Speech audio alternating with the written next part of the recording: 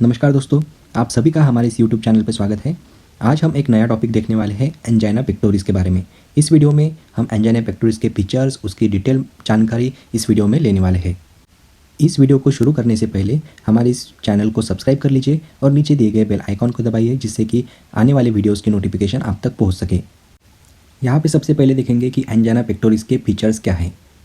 Angina pectoris के features को mainly 3 भागों में डिवाइड किया जाता है। यहाँ पे सबसे पहला जो फीचर है उसमें बताया गया है कि पेशेंट के चेस्ट में, जॉ, नेक या शोल्डर में या उसके आर्म में कॉन्स्ट्रिक्टिंग, मतलब जो कॉन्स्ट्रिक्ट करने वाला हेवी डिस्कम्फर्ट, ऐसे सिम्टम जो है उस पेशेंट में दिखाई देगा। एंजाइना पेक्टोरिस का दूसरा जो फीचर है उसमें बताया गया है कि ये जो डिस्कम्फर्ट है, ये जो कॉन्स्ट्रिक्टिंग या हेवी डिस्कम्फर्ट है, ये एक्सर्शन करने के बाद, पेशेंट चलने के बाद ये बढ़ जाता है। मतलब एक्सर्शन करने के बाद पेशेंट के चेस्ट में डिस्कम्फर्ट होने लगता है, उसके जो सिम्टम है वो बढ़ने लगते हैं। और तीसरा जो फीचर्स यहाँ पे बताया है वो है कि ये जो बढ़े हुए जो सिम्टम्स है, हेवी डिस्कम्फर्ट है, ये अगर पेशेंट 5 मिनट रेस्ट कर लेता है तो कम हो जाते हैं, वो रिलीव्ड पूरी तरह से हो जाते हैं। या फिर उसने अगर ग्लिसरील ट्राइनाइट्रेट की टैबलेट ली है या स्प्रे लिया है तो उसके जो सिम्टम्स है वो यहाँ पे रिलीव्ड हो जाएंगे। ये तीनों जो इंपॉर्टेंट फीचर्स है, इसके आधार पर ही इस एंजाइना पेक्टोरिस को डिवाइड किया जाता है। तो यहाँ पे हम इसको डिवाइड कैसे करेंगे? तो अगर पेशेंट में तीनों ही फीचर्स अगर प्रेजेंट है तो उसे हम कहेंगे टिपिकल एंजाइना। अगर इनमें से कोई भी 2 फीचर्स अगर पेशेंट में प्रेजेंट है तो उसे हम कहेंगे अटिपिकल एंजाइना। या फिर इनमें से कोई एक फीचर्स अगर यहाँ पे प्रेजेंट है या कोई फीचर प्रेजेंट नहीं है तो उसे हम कहेंगे नॉन एंजाइनल चेस्ट पेन। तो हमने यहाँ पे सबसे पहले क्या किया कि फीचर्स को 3 भागों में डिवाइड किया और इस फीचर्स के आधार पर हम इसको 3 भागों में डायग्नोसिस करते हैं। मतलब ये जो पेन है ये टिपिकल एंजाइना का पेन है या अटिपिकल एंजाइना का पेन है या नॉन एंजाइनल चेस्ट पेन है। तो इस हिसाब से इन फीचर्स के आधार पर हम इस चेस्ट पेन को डायग्नोस करते हैं कि एंजाइनल पेन है या नहीं है। अब हम यहाँ पे देखेंगे कि ऐसे कुछ फीचर्स, ऐसे कुछ सिम्टम्स कि जो पेशेंट में अगर दिखाई देते हैं तो वहाँ पे एंजाइना पेक्टोरिस डायग्नोसिस होने के चांसेस जो है वो कम रहते हैं। तो ऐसे कौन से सिम्टम्स है? अगर पेशेंट में के चेस्ट में कंटिन्यूअस पेन है और वो जो पेन है वो प्लूरिटिक नेचर का है या सॉलोइंग करने के बाद वो पेन जो है चेस्ट में वो बढ़ जाता है, तो एंजाइना पेक्टोरिस होने के चांसेस जो है वो कम रहते हैं। या फिर चेस्ट पेन पेशेंट को हो रहा है, उसके साथ में पाल्पिटेशंस है, डिजीनेस है, टिंगलिंग सेंसेशन है, तो उस कंडीशन में भी पेशेंट को हम एंजाइना पेक्टोरिस डायग्नोसिस नहीं कर सकते, क्योंकि इस नेचर का जो पेन रहता है वो एंजाइना में प्रेजेंट नहीं रहता। अब हम यहाँ पे एंजाइना पेक्टोरिस के कॉजेज़ के बारे में डिटेल में जानकारी लेंगे। तो सबसे पहला जो कॉज है वो है एथेरोमा। एथेरोमा का मतलब होता है कि हार्ट को ब्लड सप्लाई करने वाली जो आर्टरीज रहती है, उसके आर्टरी के इनर लेयर में कुछ एक्यूमुलेशन हो जाता है, एबनॉर्मल एक्यूमुलेशन, जिसके कारण क्या हो जाता है कि वो आर्टरी की ल्यूमेन जो है वो कम हो जाती है, उसके कारण हार्ट को ब्लड सप्लाई कम होता है। तो उस कंडीशन को कहते हैं हम एथेरोमा। एंजाइना पेक्टोरिस का दूसरा जो कॉज है वो है एनीमिया। लेकिन एनीमिया जो है वो रेयर कॉज है, ठीक है। एनीमिया के कारण भी एंजाइना पेक्टोरिस होता है। तीसरा जो कॉज है वो है coronary artery spasm. Coronary artery का स्पाज्म होने के कारण भी एंजाइना पेक्टोरिस की कंडीशन हमें पेशेंट में दिखाई देती है।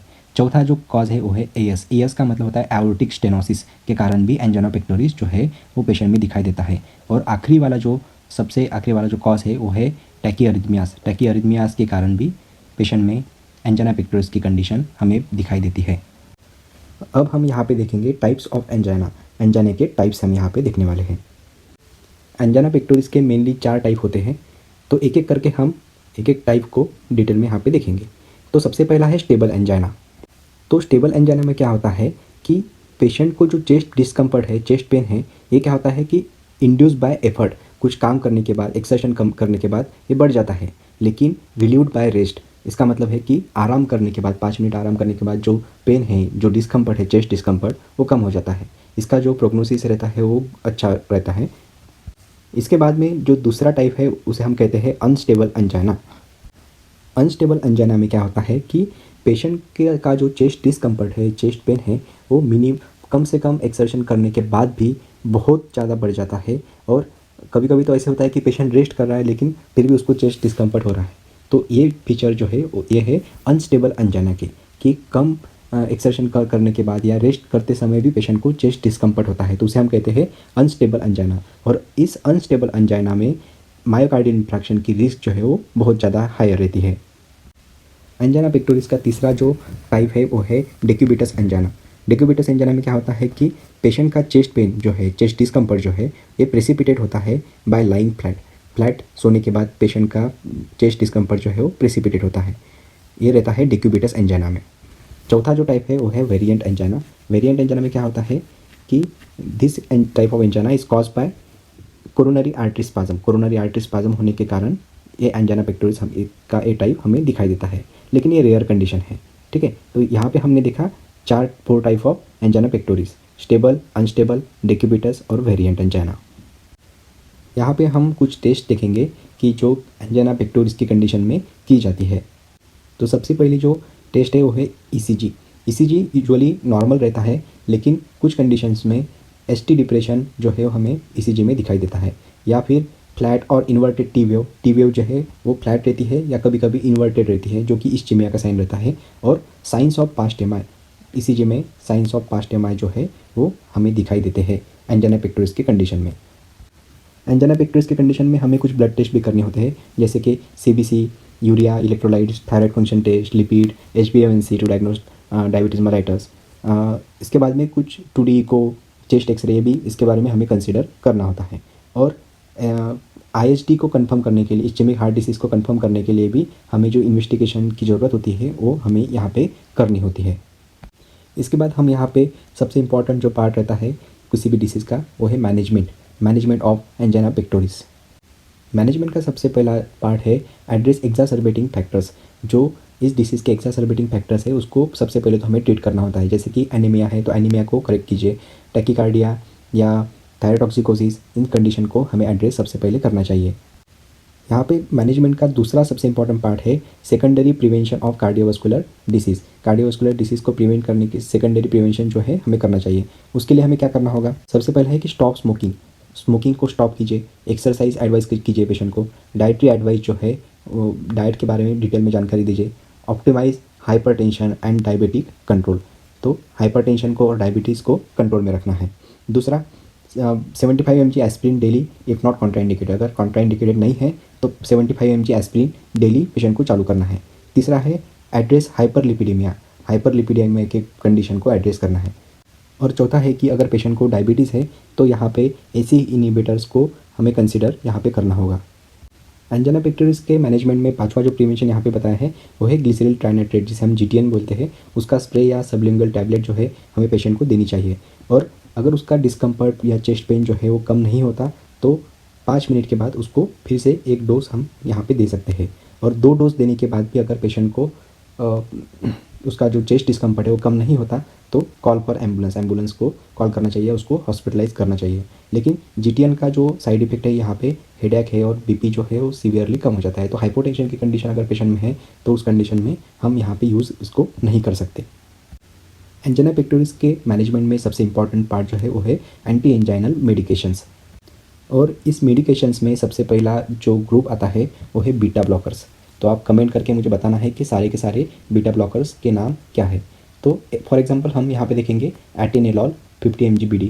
तो हमें एटेनेलॉल 50 mg BD पेशेंट को देनी चाहिए, या फिर बिसोप्रोलॉल 5 to 10 mg OD। सबसे पहला क्या देखा हमने? Beta blockers. उसके बाद है कैल्शियम एंटागोनिस्ट। कैल्शियम एंटागोनिस्ट कौन सा है? तो एम्लोडिपिन। आप 5 mg से भी यहाँ पे स्टार्ट कर सकते हैं OD, या डिल्टाजेम। तो इसका जो डोज है वो उसके फॉर्मुलेशन पे डिपेंड करेगा। मैनेजमेंट में इसका जो तीसरा मेडिकेशन है वो है लॉन्ग एक्टिंग नाइट्रेस, जैसे कि आइसोसॉर्बेट मोनोनाइट्रेट हुआ, या इसका अल्टरनेटिव जैसे GTN स्किन पैचेस जो रहते उसका भी हम यहाँ पे प्रयोग कर सकते हैं। लेकिन इसका साइड इफेक्ट अपना हमने पिछली स्लाइड में भी देखा था कि हेडेक होता है और BP जो है वो लो हो जाती है। तो लॉन्ग एक्टिंग नाइट्रेस भी इसके मेडिकेशन का एक पार्ट है।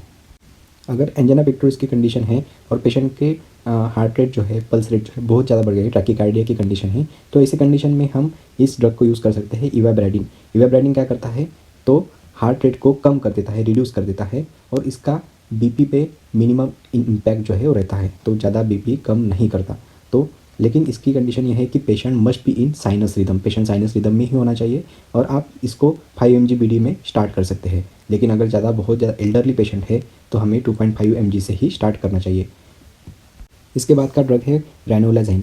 रैनोलाजाइन क्या करता है, it inhibits late sodium ion current जो है वो इनिबिट करता है। तो इसे हम कैसे 375 mg BD से स्टार्ट कर सकते हैं। लेकिन यहाँ पे कॉशन क्या है, कॉशन यहाँ पे हमें लेना है कि हार्ट फेल्यूर, एल्डरली पेशेंट है, या वेट जो है वो 60 किलोग्राम से कम है, या प्रोलॉन्ग क्यूटी इंटरवल अगर है, तो यहाँ पे हमें थोड़ा सा सोच कर ही इसके यूज़ करना चाहिए। उसके बाद का ड्रग है nicorandil. Nicorandil is a potassium channel activator. तो इसे हम कैसे स्टार्ट कर सकते हैं, तो 5 to 10 mg BD में हम इसे स्टार्ट कर सकते हैं। लेकिन इसका कॉन्ट्रा इंडिकेशन है acute pulmonary oedema, severe hypotension, hypovolaemia और लेफ्ट वेंट्रिकुलर फेल्योर। इसके कॉन्ट्रा इंडिकेशन है, मतलब इन कंडीशंस में हमें निकोरेंडिल को यूज़ नहीं करना चाहिए। तो यहाँ पे हमने पूरे मेडिसिन जो है एंजाइना पेक्टोरिस के वो पूरी तरह से डिटेल में देखे हैं। एंजाइना पेक्टोरिस के मैनेजमेंट का जो नेक्स्ट पार्ट है वो है रिवेस्कुलराइजेशन। तो ये क्या होता है, तो मेडिसिन की थेरेपी देने के बाद भी, ऑप्टिमल थेरेपी देने के बाद भी अगर वो इनएडिक्वेट हो जाती है, उससे भी पेशेंट को आराम नहीं होता, तो ऐसे कंडीशन में हमें ही यूज़ करनी होती है। तो उसमें क्या होता है, परक्यूटेनियस कोरोनरी इंटरवेंशन, जिसे हम बोलते हैं PCI। PCI का मतलब होता है परक्यूटेनियस कोरोनरी इंटरवेंशन। तो इसमें क्या करते हैं, तो बलून जो है, जो इन्फ्लेटेड बलून जैसे एक वायर रहती है, उसमें एक बलून रहता है, तो वो उस आर्टरी में डालते हैं जहाँ पे स्पाजम हुआ है या जिसकी ल्यूमेन जो है वो कम हो गई है, स्टेनोड वेसल में डालते हैं, और वो जो बलून है वो उसे फुगाते हैं, ठीक है, और उसको इन्फ्लेट करते हैं। तो उससे क्या हो जाता है कि वो ल्यूमेन जो है वो खुल जाती है। तो इसे हम कहते हैं परक्यूटेनियस कोरोनरी इंटरवेंशन।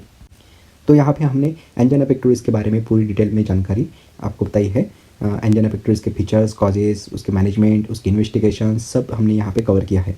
फिर भी आपकी कुछ अगर शंका है तो आप हमें कमेंट सेक्शन में पूछ सकते हैं। So thank you.